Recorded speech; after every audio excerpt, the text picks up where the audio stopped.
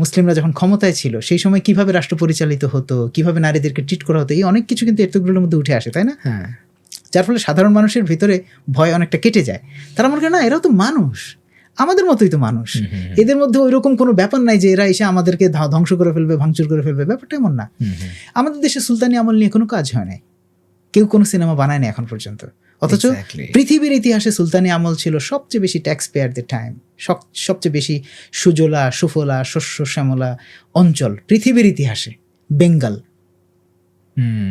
এখন পৃথিবীর ইতিহাসে যেই সময়টায় আমরা এত দারুণ একটা ভূমিকা রাখছি, ইভেন অ্যাডমিনিস্ট্রেটিভ ওয়েতেও, মানে অ্যাডমিনিস্ট্রেশনেও আমাদের এই বেঙ্গল ছিল সবচেয়ে সুসংগঠিত, সুপরিচালিত। এছাড়া তো অবশ্যই অর্থনৈতিক ক্ষেত্রে এত সমৃদ্ধি আসে না, আসার কথা না, তাই না? হ্যাঁ। সো সেই অ্যাডমিনিস্ট্রেশন কি ছিল? আপনার শিক্ষা প্রতিষ্ঠানের ম্যানেজমেন্ট করে ফেলুন সম্পূর্ণ ডিজিটালাইজড। ব্যবহার করুন তালিমি ক্লাউড স্কুল বা মাদ্রাসা ম্যানেজমেন্ট সফটওয়্যার। সফটওয়্যারটি সম্পূর্ণ ফ্রি ট্রায়াল নিতে এখনই কিউআর কোড স্ক্যান করুন বা কমেন্টে দেওয়া লিঙ্কের ফর্মটি ফিল আপ করুন। কিভাবে তারা মানুষের জীবনকে এতটা উন্নতির পর্যায়ে নিয়ে গিয়েছিল, যেখানে মানুষের জীবনে কোনো অভাব ছিল না, মানুষের জীবনে কোনো কষ্ট ছিল না, গোলা ভরা ধান, পুকুর ভরা মাছ, গোয়াল ভরা গরু, যেভাবে আমরা বলি না সাহিত্যের ভাষায়, এই সব কিছুই সেই সময়টাতে ছিল। সুলতানি আমল হচ্ছে আমাদের এই অঞ্চলের মাটি ও মানুষের ইতিহাসের সাথে কানেক্টেড মুসলিমদের শাসন ক্ষমতার সবচেয়ে বড় এক্সাম্পল। সেই এক্সাম্পল আমরা কেউ হাজির করছি না, অথচ আমরা মনে করতেছি আমরা রাষ্ট্র পরিচালনা করবো। এখানে প্রয়োজন ছিল কি, সেই ঘটনাগুলো নিয়ে ছোট ছোট ফিল্ম হওয়া, সোশ্যালি এগুলো নিয়ে আলোচনা হওয়া, যে কীভাবে তারা সেই অ্যাডমিনিস্ট্রেশনটা চালাইছে, কীভাবে তারা ট্যাক্স ম্যানেজমেন্ট করছে, কীভাবে তারা এত সুজলা সুফলা করছে, এবং তারা কীভাবে মানুষের জীবনটাকে এই সুন্দর জায়গায় নিয়ে আসছে। এটা কি নিয়ন্ত্রণের মাধ্যমে, নাকি ইনফ্লুয়েন্সের মাধ্যমে, নাকি মোটিভেশনের মাধ্যমে? মানুষকে আপনি অনেকভাবেই কিন্তু চেঞ্জ করতে পারেন। আপনি নিয়ন্ত্রণ করেও চেঞ্জ করতে পারেন, মোটিভেশন দিয়েও চেঞ্জ করতে পারেন, ইনফ্লুয়েন্স করেও চেঞ্জ করতে পারেন। এখন দেখেন ইনফ্লুয়েন্সের ক্ষেত্রে পুরোপুরি ইনডিরেক্ট ব্যাপার, এখানে কাউকে ধৈরা বলার কোনো ব্যাপার নাই। ইনফ্লুয়েন্স হচ্ছে সবচেয়ে বিউটিফুল ওয়ে, যে আপনি নিজে এক্সাম্পল হইলেন, মানুষ তখন বলো ও আচ্ছা দিস ইজ বিউটিফুল। আমরা সোশ্যাল মিডিয়ার ইনফ্লুয়েন্সার বলি না, ওরা ইনফ্লুয়েন্সার। তারা কি করে? মানুষকে ইনফ্লুয়েন্স করে তাদের লাইফস্টাইল দিয়ে, তাদের বিষয়। সে কিন্তু কারোর উপর জোর করতেছে না। দেন মোটিভেশন হচ্ছে কি, আপনি কাউকে ডাকছেন বা কারোর সাথে ডিরেক্ট কমিউনিকেশনে গিয়ে তাকে মোটিভেট করতেছেন, কারণ মোটিভেশন এত ওপেন হইতে পারে না। মোটিভেশনের জন্য তারও মাইন্ডসেটটা আপনার জন্য প্রস্তুত হওয়া লাগে। ইনফ্লুয়েন্স ইজ ভেরি ওপেন, কারো মাইন্ডসেট প্রস্তুত থাকার দরকার নেই। আপনি শুধু হাজির করবেন, তারা ইনফ্লুয়েন্সড হইতে থাকবে অটোমেটিক। আপনার কাউন্ট করা লাগবে না, কয়জন হচ্ছে, কি হচ্ছে না হচ্ছে, কিচ্ছু করা লাগবে না। মোটিভেশন আপনি কাউন্ট করবেন, কারণ আপনি 1000 মানুষকে ইনভাইট করতেছেন, একটা মোটিভেশনাল স্পিচ দিচ্ছেন, সেটার পরবর্তীতে কি কি কনসিকুয়েন্সেস ঘটতেছে সেটাকেও কাউন্ট করতেছেন। আর বাকিটা হলো ফোর্সফুলিও চেঞ্জ করা সম্ভব, কিন্তু সেই চেঞ্জ সাস্টেইনেবল না। সাস্টেইনেবল চেঞ্জ হচ্ছে মোটিভেশন অ্যান্ড ইনফ্লুয়েন্স, এই দুটো হচ্ছে সাস্টেইনেবল চেঞ্জ। তো জামাত যদি ক্ষমতায় যায়, আর যদি ফিল্ম, নাটক, সিনেমা এগুলো নিয়ে তাকে কোনো ভূমিকা রাখতেই হয়, তাহলে সে অবশ্যই রাখতে তো হবেই, উপায় নাই তো। তাই ক্ষমতায় গেলে তো সবাইকে সবগুলো ফ্র্যাকশন বা যতগুলো ফাংশনালিটি আছে রাষ্ট্রের, সবগুলোর মধ্যেই তো তাকে ইনভলভ হয়ে যেতে হচ্ছে। ইকোনমিতে যেভাবে ইনভলভ হতে হচ্ছে, শিক্ষায় যেভাবে ইনভলভ হতে হচ্ছে, সিনেমা ইন্ডাস্ট্রি বা এন্টারটেনমেন্ট ইন্ডাস্ট্রিতেও তাকে ইনভলভ হতে হচ্ছে। সো জামাত যদি প্র্যাগমেটিক হয়, জামাত যদি ওয়াইজ হয়, তাহলে অবশ্যই সে ইনফ্লুয়েন্স এবং মোটিভেশন এই দুইটা সেক্টরে কাজ করবে। সে ডিরেক্ট কোনো হস্তক্ষেপ করবে না। মানে চূড়ান্ত লেভেলের যদি অশ্লীল বা এ ধরনের দেশদ্রোহী কোনো কর্মকাণ্ড না হয় সিনেমার মাধ্যমে, তাহলে হয়তো তারা, যেটাকে আপনি বললেন যে একদম পাওয়ার এক্সারসাইজ করা, সেই জায়গাতে হয়তো সেই জায়গাতে জামাতের না যাওয়া উচিত আর কি। এখন জামাত ডিসিশন নেবে জামাত কি করবে, বাট এই ফিল্ডের একজন কর্মী হিসেবে বা একজন কি বলেন যে এই অনেক বছরের অভিজ্ঞতা থেকে আমি এটা মনে করি যে শিল্প সাহিত্য সংস্কৃতি অন্য কোথাও তো জোর করে হয় না, এখানে জোর করে ভালোবাসা হয় না। আপনি ইতিহাস তুলে আনার কথা বললেন ফিল্মগুলোতে বা হচ্ছে বিভিন্ন শর্ট ভিডিও বা যে কোনো মাধ্যমে। আমরা যেমনটা আসলে ইন্ডিয়াতে দেখি, তাদের মুভিগুলোতে বিশেষ করে আমরা দেখি যে ইতিহাসকে বিকৃত করে হলেও তারা ইতিহাস নির্ভর প্রচুর মুভি করছে এবং সেগুলো কিন্তু প্রচুর হিট করছে। বাংলাদেশে কিন্তু সেই অর্থে এখনো পর্যন্ত আমাদের দেশের, আপনি যেমনটা বললেন যে সুলতানি আমল অথবা আমাদের ইতিহাস নিয়ে পাশ নিয়ে কিন্তু সেই অর্থে তেমন কোনো মুভি হয় না। এই জায়গাতে আমরা পিছিয়ে আছি কেন? নাম্বার 1 পয়েন্ট হচ্ছে দর্শকদের মধ্যে ইতিহাস সম্পর্কে এত সচেতনতাটা নাই। কারণ আপনি যে অডিয়েন্সের যদি ক্ষুধা থাকতো, তাহলে অবশ্যই সেই ক্ষুধা নিবারণের জন্য সেই চাহিদা অনুযায়ী খাবার তৈরি হতো। স্বাভাবিক না? আপনার ভাতের ক্ষুধা লাগলে ভাতই খান আপনি, আবার গোশতের ক্ষুধা লাগলে গোশতই খান, এবং আপনার চাহিদা অনুযায়ী তো গোশতটা তৈরি হয়। ঠিক তেমনি মিডিয়া ইন্ডাস্ট্রিতে বা যে কোনো ইন্ডাস্ট্রিতেই চাহিদা অনুযায়ী যোগান।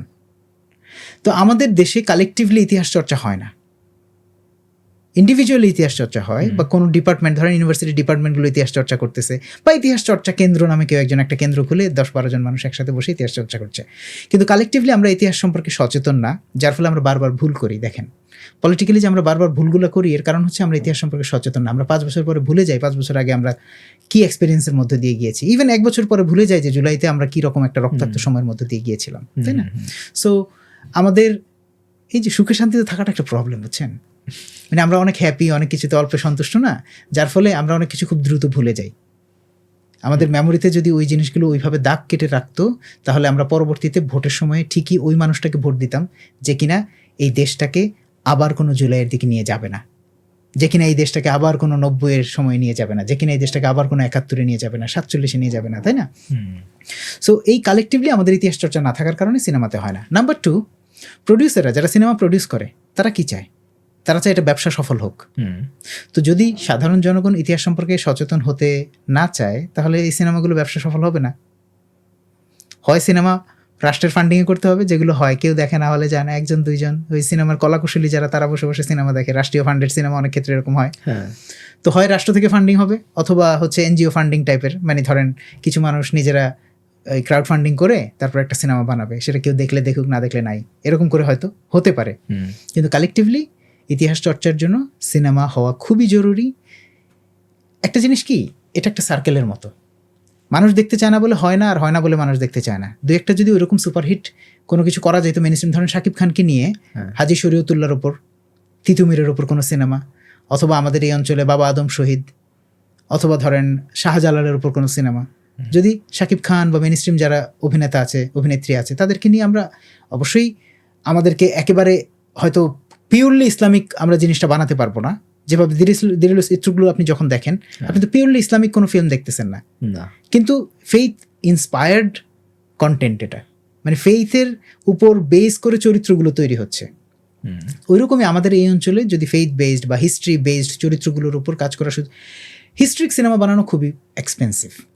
এটার জন্য যে সেট লাগে, ধরেন আমাদের যাপিত জীবনের যে সেট, সেটাকে নিয়ে আমরা 2026 সালের একটা গল্প আমরা সিনেমাতে বানায় ফেলতে পারতেছি। কিন্তু যদি এটা 2010 সাল হয়, তাহলে যতটুকু কঠিন, এটা যদি 1947 সাল হয়, 1971 সাল হয়, তাই না? সো এই জন্য ঐতিহাসিক সিনেমাগুলো বানানো কষ্টসাধ্য, এবং এই সিনেমা বানানোর জন্য ভালো মানের ডিরেক্টর, ভালো মানের কলাকুশলী, ভালো মানের আর্ট ডিরেক্টর, সেট ডিজাইনার, মানে একটা সিনেমাতে যতগুলো সেক্টরে মানুষ কাজ করে, প্রত্যেকটা সেক্টরে এই বিষয়ের উপর এক্সপার্টিস লাগবে। এখন যদি মনে করেন বাংলাদেশে জামাত ক্ষমতায় যায় এবং জামাত চাইলো সুলতানি আমলের উপর একটা সিনেমা হবে, তখন জামাতের করণীয় কি? যদি এক্সিস্টিং কোনো ডিরেক্টর ভালো বানাইতে পারে তো পারলো, না পারলে এখানকার কোনো ডিরেক্টরের সাথে কোয়ালিশনে টার্কিশ কোনো ডিরেক্টর, অথবা মালয়েশিয়ান কোনো ডিরেক্টর, অথবা কাতারের কোনো ডিরেক্টর, যাদের ইসলাম এর প্রতি ভালোবাসা আছে বা ইসলামের প্রতি একটা সফট কর্নার আছে, এরকম কোনো একজন ডিরেক্টর অবশ্যই লাগবে। অথবা টাকা হইলে এটাও লাগবে না, আপনি যে প্রফেশনাল, তাকে আপনি যদি পর্যাপ্ত তার যে ডিমান্ড সেটা ফুলফিল করেন, সে ইসলামিক হয়ে যাবে আপনার জন্য। সে কনসেপ্ট ওইভাবে চিন্তা করবে যেভাবে আপনি চিন্তা করতে চান, সেই স্ক্রিপ্ট ওইভাবে লিখবে যেভাবে আপনি প্রেজেন্ট করতে চান, তাই না? সো তখন হয়তো তাকে এইভাবে কাজ করতে হবে। এবং সারা দেশে আপনি জানেন হলিউডের সিনেমাগুলোর মেকিং কস্টের যে অ্যামাউন্ট, সেই অ্যামাউন্টের সমপরিমাণ অ্যামাউন্ট থাকে প্রমোশনের জন্য। Can you imagine? মানে বাংলাদেশি টাকায়, আমরা তো গরিব মানুষ, আমরা অল্প করে যদি চিন্তা করি যে ধরেন 100 কোটি টাকা একটা সিনেমার বাজেট, তাহলে আরও 100 কোটি টাকা লাগবে এটা প্রমোশনের জন্য। কারণ আপনাকে তুলে আনতে হবে মিনিমাম 1000 কোটি। তো 1000 কোটির জন্য আপনি তো আরও 100 কোটি খরচ করতেই হবে প্রমোশনের জন্য।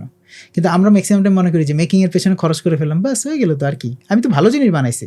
কিন্তু আপনার যে জিনিসটা যে ভালো, এটা হাজির করার জন্য আপনার যেই পরিমাণ ব্র্যান্ডিং লাগবে, প্রমোশন লাগবে, কন্টিনিউয়াসলি সোশ্যাল মিডিয়াতে প্রেজেন্স থাকা লাগবে, ইনফ্লুয়েন্সারদেরকে দিয়ে ছোটো ছোটো ভিডিও বানাইতে হবে। আবার যে মেইন ক্যারেক্টার, সে আবার বিভিন্ন ইনফ্লুয়েন্সারদের সাথে গিয়ে বানাবে। যেমন শাহরুখ খান তার সিনেমা আসার আগে সোশ্যাল মিডিয়ার যারা ভাইরাল যেই সব কন্টেন্ট ক্রিয়েটার আছেন, তাদের সাথে গিয়ে ভিডিও বানাচ্ছেন। তাতে কি হচ্ছে, বেশি মানুষের কাছে কনসেপ্টটা পৌঁছাচ্ছে, তাই না? সো এরকমই দেখবেন যে কোনো ভালো সিনেমা হইলে সেটা প্রমোশনের জন্য সমপরিমাণ বাজেট থাকে সিনেমার, কখনো কখনো বেশিও থাকে। তো যদি বাংলাদেশে এরকম, যেহেতু এটা প্রথম হবে বা বাংলাদেশের মানুষের কালেকটিভ মেমোরিতে নাই এখনো পর্যন্ত এরকম কোনো সিনেমা, সেরকম কিছু যদি নির্মিত হয় তাহলে অবশ্যই সেটার জন্য এই পরিমাণ আয়োজনটা লাগবে। এবং জামাত যদি ক্ষমতায় যায়, আর জামাতের যারা শিল্প সাহিত্য সংস্কৃতি নিয়ে কাজ করবে তাদেরকে অবশ্যই সেই লেভেলের জ্ঞান রাখতে হবে, সেই লেভেলের কমিউনিকেশন স্কিল রাখতে হবে এবং সেই লেভেলের উইজডম রাখতে হবে, যেটা দিয়ে সে মেইন স্ট্রিম মিডিয়ার যাবতীয় যত ন্যারেটিভ, যাবতীয় যত এস্টাবলিশমেন্ট, সেটাকে ছাপায়াও তার চেয়ে দারুণ কোয়ালিটির কিছু হাজির করতে পারবে।